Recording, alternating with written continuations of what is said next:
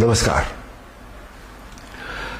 4 दिन पहले जब फिल्म आदिपुरुष का टीजर रिलीज हुआ तब से लेके अभी तक चारों तरफ एक हंगामा है, एक शोर है। फिल्म इंडस्ट्री में, चैनल्स में, जर्नलिज्म में, एडवर्टाइजर्स में, संत समाज में चारों तरफ एक शोर है, चारों तरफ डिबेट्स हो रही है, चारों तरफ भली बुरी बातें कही जा रही हैं। मेरे पास भी सैकड़ों फोन आए होंगे, सभी चैनल्स से फोन आए, जितने सभी जर्नलिस्ट हैं, बड़े बड़े जर्नलिस्ट, और सभी के फोन आए। They wanted my reaction on that, on the teaser, कि आपको कैसा लगा, आपके क्या रिएक्शन है, आप क्या सोचते हैं इस बारे में। मैं आपको सच बताऊं, मैंने एक भी शब्द किसी से नहीं कहा, मैंने बात ही नहीं की उस विषय में। मैंने कहा नहीं, मुझे कुछ नहीं कहना है। लेकिन मुझे लगा कि मुझे आपसे कुछ बात तो करनी चाहिए, आपसे करनी चाहिए। मेरे मन में बहुत सारी बातें बहुत सारे समय से आती रही हैं, और इस हंगामे को लेकर, इस इशू को लेकर मुझे लगा कि शायद यह सही समय है जब मैं अपनी बातें आपके साथ शेयर कर सकूं। दोस्तों, ध्यान से सुनिएगा। रामायण, महाभारत, श्रीमद् भागवत जैसे जितने भी ग्रंथ हैं, शास्त्र हैं, यह हमारी सांस्कृतिक और धार्मिक धरोहर है। यह हमारी संस्कृति है, यह हमारी जड़ है।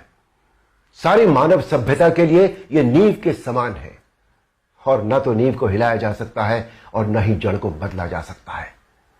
नींव या जड़ से किसी भी तरह का खिलवाड़, किसी भी तरह की छेड़छाड़ बिल्कुल भी ठीक नहीं है।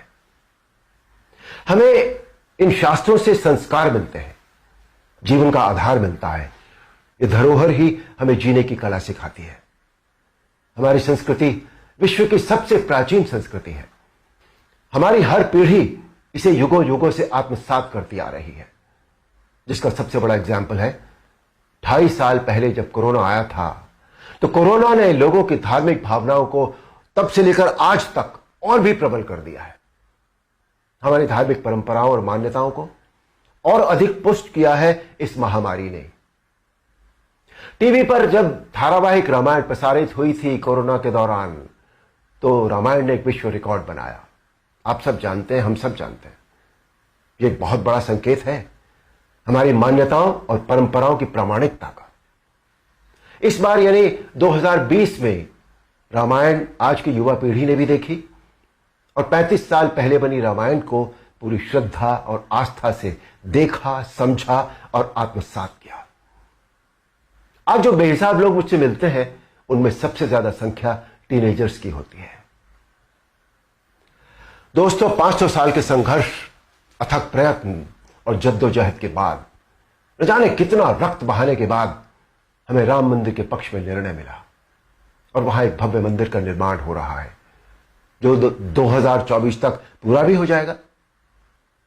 अप्रिशिएट करने वाली बात यह है कि मंदिर को भव्यता देने के साथ साथ उसकी आत्मा और मौलिकता को ज्यों का त्यों रखकर यह मंदिर बन रहा है। हमें अपनी सभी सांस्कृतिक और धार्मिक धरोहरों और मान्यताओं को जैसी वो है वैसी ही बनाए रखना चाहिए। उनमें किसी भी तरह के बदलाव की न तो जरूरत है, न करना चाहिए, और न ही किसी और को करने देना चाहिए। भला कोई अपनी नींव हिलाता है क्या? कोई अपनी जड़ें बदलता है क्या? हमारी इन धार्मिक सांस्कृतिक मान्यताओं और परंपराओं को किसी भी तरह का कोई नयापन देने की आवश्यकता नहीं है। देखिए, मेरा प्रयास और कर्म तो यही है कि मैं इस जनरेशन को और अगली पीढ़ी को भी वही सिखाऊं, वही बताऊं, वही दिखाऊं जो वास्तव में सत्य है, शाश्वत है और सनातन है। एक बात और सोचने वाली है, किसी और धर्म की परंपरा या मान्यता में जब किसी भी प्रकार का बदलाव या नयापन नहीं किया जाता, तो हमारी सनातन धर्म की मान्यताओं परंपराओं के साथ छेड़छाड़ आखिर क्यों? आजकल ये चलन सा बनता जा रहा है कि सनातन धर्म का मजाक बनाओ। देवी देवताओं के ऑब्जेक्शनेबल पोस्टर बनाओ, अभद्र भाषा में बोलता हुआ दिखाओ।